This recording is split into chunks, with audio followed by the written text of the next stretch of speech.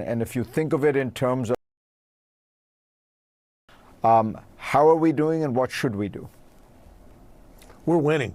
We're doing very well. We have inflicted more damage more quickly with more unity on our side on the Russian economy than almost anyone, I think, would have expected. There's more we can do. There's more that can be done to cut off Russian financial institutions. And of course, critically, there's more that can be done to cut off Russian energy production. And I think we very much need to keep those threats in reserve so as to be able to exercise maximum leverage. Now, the challenge for us is to bring these early successes to some kind of conclusion.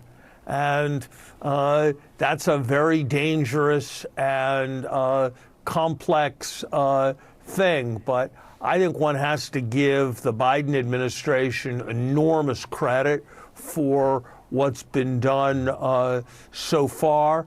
I think the concept of escalating sanctions over time, never firing your last and most brutal bullet so as to maintain leverage is a very good one. I worry slightly, Fareed, when I hear us protest a bit too vigorously that this isn't going to interfere with gasoline prices too much, because I think ultimately if the price of combating tyranny is a period of much higher gas prices, that's a price we need to be prepared to pay as a country. But I think we'll get there if we need to.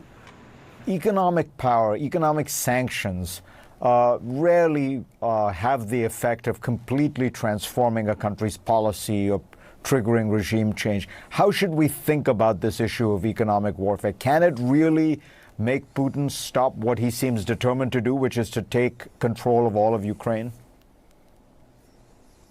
I don't know the answer to that. I don't think anybody knows. It's doing much more damage, much more quickly than we would have expected.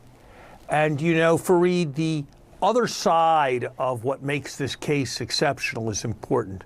Russia is a much more deeply integrated economy into the world than Cuba ever was, or than Iran at the time of the hostages was.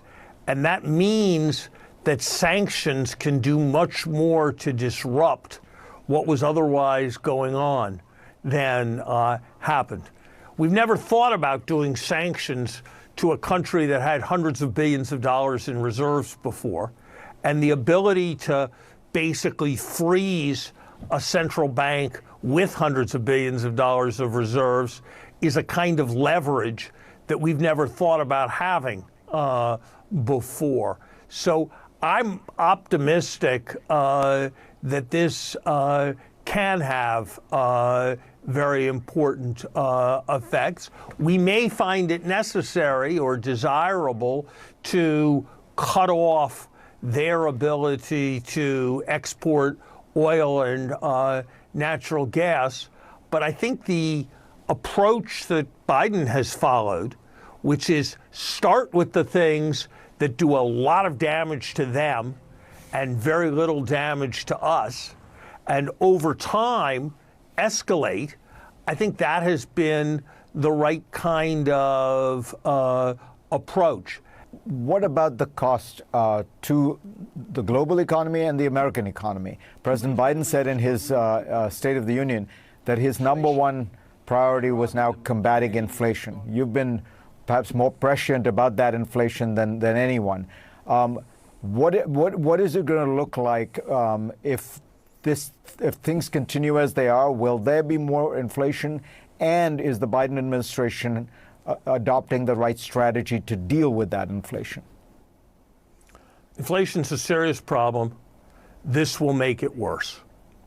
But preserving world order is much more fundamental and much more important than an extra percentage point or an extra 3 percentage point on the CPI over some interval. So let's have our priorities straight. Historians 50 years from now might remember the events of this week in Ukraine. They will not remember the inflation statistics over the next 6 months. I'm an economist, but I'm a political economist, and I recognize what's most fundamentally important. Larry Summers, good to have you on. Thank you.